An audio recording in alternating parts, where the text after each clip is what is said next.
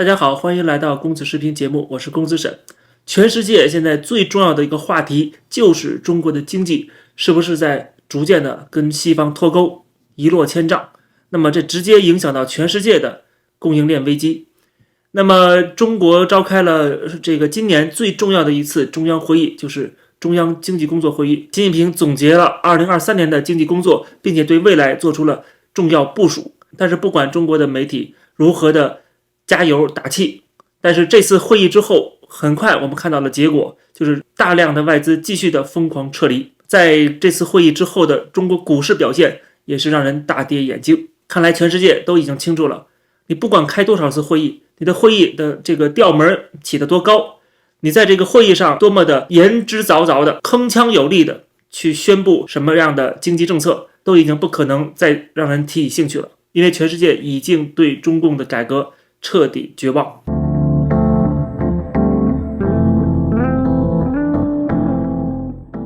这次的中央经济工作会议，我们可以看到是12月11号跟12号连续2天在北京举行。习近平发表重要的讲话，那么中央政治局常委6个人全部到齐李强、赵乐际、王沪宁、蔡奇、丁薛祥、李希，然后中央各大部门各个部的部长、省市自治区的主要负责人，就是各省省长、省委书记这些人悉数到齐。但是大家坐在一起，听习近平从上到下的如何的把中国经济进行一个概括，说现在我们遇到了什么困难，同时我们现在经济其实过去做的还是很好的，未来还会更好。主要的工作是什么呢？就是防范风险。其实一听到这个话就明白了现在主要的是被动的在预防风险，还是要稳增长、稳就业、稳这个稳那个，说明大的趋势还是在向下的，只不过他不想跌得太惨，不想失控。那这样的一个情况怎么可能让大家感到激动感到未来有希望呢？官方的说法是什么？有效需求不足，部分行业产能过剩，社会预期偏弱，风险隐患仍然较多，国内大循环存在堵点，外部环境的复杂性、严峻性、不确定性上升，所以要统筹化解房地产、地方债务、中小金融机构等风险，严厉打击非法金融活动，坚决守住不发生系统性风险的底线。其实它就等于是在守底线。他虽然这个会议当中提到了很多的方法去守住这个底线，我都觉得没有必要一个一个跟大家讲了，因为这些都是小打小闹、修修补补而已举简单的几个例子，说要扩大内需，要深化供给侧结构性改革，加快人工智能的发展，还有积极的财政政策要适度加力，稳定和扩大传统消费，提振新能源、汽车、电子产品等大宗消费等等的。其实这些做法都是说说而已，但是到底具体怎么做，你怎么做能够落到实处，而且还不触动你的政治稳定，不会犯政治错误，这就非常难了。这是还是那句话，就是稳定和开放之间的一个冲突。现在你越来越难开放，你开放之后，你刺激中国的经济越来越困难，你就必须要开放的更大，对吧？换句话说，就是中国经济发展到这个程度之后，你很难说开个口就能够有大量的改变，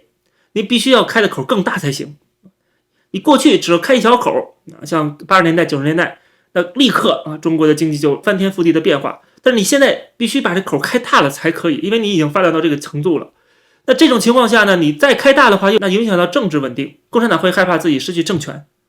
失去对国民经济的控制。甚至他们认为，过去改革开放已经导致共产党的权力旁落，特别是在一些地方。所以怎么办呢？集权。那集权之后呢，就是影响到了改革开放，进一步的深化改革，进一步的扩大开放。然后现在又说我们经济现在又出现了困境。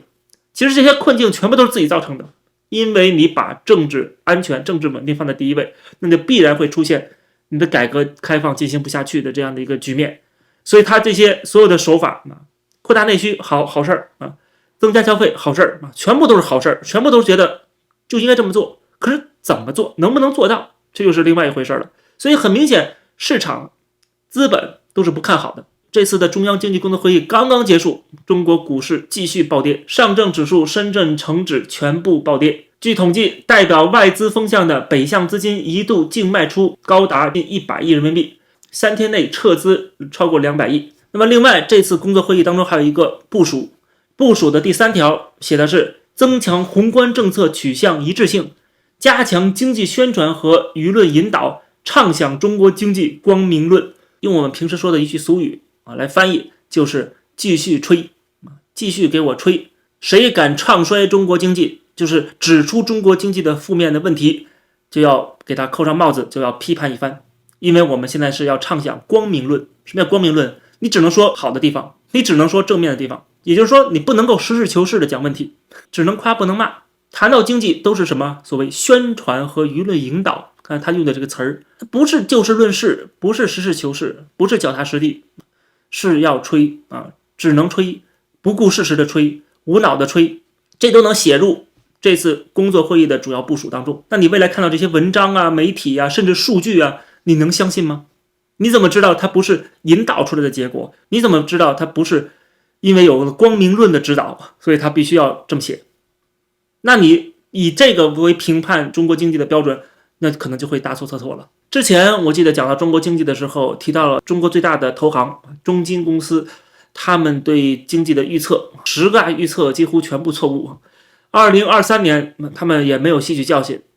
继续大错特错。我们可以一起来看一下，他们在2023年年初有一个10大预测，其中也是错误百出。其中一个展望，美国衰退压力加大，中国有望在2023年实现全球率先复苏。结果是别人都复苏了，就他继续的下跌。还说 A 股和港股2023年有望实现明显正收益，不仅他们没有什么收益，而且港股还被台股超越。然后最后还说疫情影响逐渐淡出，泛消费行业可能是2023年重要的超额收益领域。很明显，疫情的影响确实在淡出，但是中国经济并没有明显的提振。互联网和医药行业有望在2023年迎来反转， A 股和港股资金面整体好转，海外资金逐步回流。我不知道他们是在给自己打气，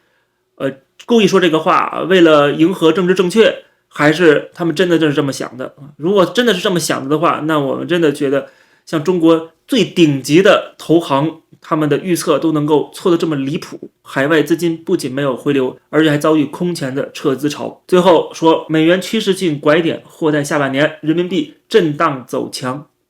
是这样吗？人民币走强了吗？如果是小的细节问题，比如说某一家企业的经营状况，或者是某个行业可能是不是比过去的那种谷底能够有反弹啊，这都有可能。你要预测微观的经济活动，我觉得可能错的没有这么夸张，但是他非要偏偏去预测宏观经济的走向，这个走向其实按说不会错啊，结果就闹成了大笑话。我之前专门讲过中国经济的问题所在，其中一个最重要的就是缺少内需。内需如果不能够提升的话，会影响消费，会影响制造业，会影响就业，会影响中国的结构性改革。你根本不可能把一个靠出口、靠投资拉动的变成靠消费。大家都说中国人有钱了怎么样，但是很明显有钱的只是一小部分人，而且这小部分人很多还是喜欢在国外花钱，他没有办法能够真正的拉动消费。大部分人还是穷困的，还是入不敷出的，还是缺少可支配收入的，而且医疗、教育、养老各方面的压力巨大。所以说大多数人还是处在这样的一个困境当中，虽然有极少的比例的人是很有钱的啊，当然这个极少的比例放在国外，因为中国的人口基数很大，所以说也是看着好像一个很庞大的消费群体似的，但实际上在中国按照比例来讲，他们是占极小一部分。哪怕是马云曾经说过的中国的中产阶级，实际上那些中产阶级根本就不算中产，他们就是工薪阶层、普通白领，随时能让他们返贫。一个得病，一个失业，很快就可以让他们全家陷入困顿啊，一夜返贫。所以说拉动内需拉动不了，没有办法把财富从国企、政府转移到民间，那么拉动不了这个内需之后，现在怎么样呢？最新的这个2023年的未来的这个经济政策改了啊，把拉动内需放在第2位了，第1位改成了现代化产业体系建设啊。说这个话，我觉得是非常符合现在共产党的政治需求。拉动内需是一个市场经济应该做的事情，现在很明显做不了。做不了的话，他不可能把财富转移到民间，那政府控制不了资金了，控制不了企业了，那么政府的权力会削弱，这是不可能的。他现在是反而背道而驰，要集权，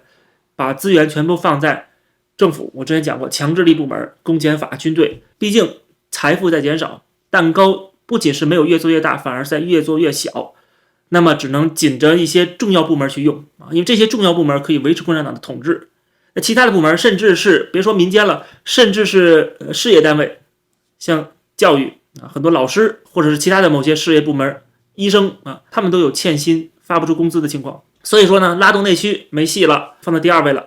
这一次改变了，变成了现代化产业体系，就是说我们还是要靠投资，还是要靠建设。而这些建设呢，所谓的现代化产业体系呢，就是迎合中国现在最高的指示，要搞内循环，要搞国内大市场，其实还是供给侧改革啊。那么在供给侧改革方面，